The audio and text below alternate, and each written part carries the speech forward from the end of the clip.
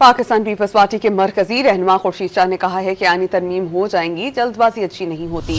सहाफियों से गुफ्तगू में उन्होंने कहा कि पार्लिमानी पार्टी ने बिलावल भुट्टो को पीपल्स पार्टी का पार्लिमानी लीडर मुकर्रर किया। बिलावल भुट्टो जो भी फैसले करेंगे वो खत्म ही होंगे।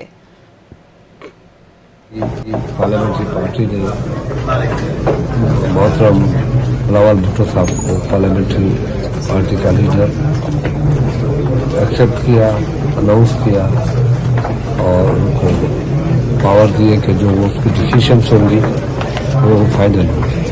तो ये तो पहले भी थे सर, मैं अभी ऑफिशियली कर दिया। आप तो शादी फिर वही सवाल, शादी तरमीम हो जाएगी सर इस समय इंशाल्लाह पहुंचिए सर मामला शादी इंशाल्लाह। मेरी पूरी कोशिश होगी, हमारे मेंबरों की पूरी कोशिश होगी, वो अपने एफर्ट्स हैं वो पूरे इस्तेमाल करेंगे, हो जाए इंशाल्लाह। शादी तो आज लग रहा है कि हो जाएगी, आज तो मुश्किल लग रहा है क्योंकि बिलावल साहब भी जा रहे हैं। जल्दबाजियाँ अच्छी नहीं होती, आप कहते हैं आराम आराम से हर काम।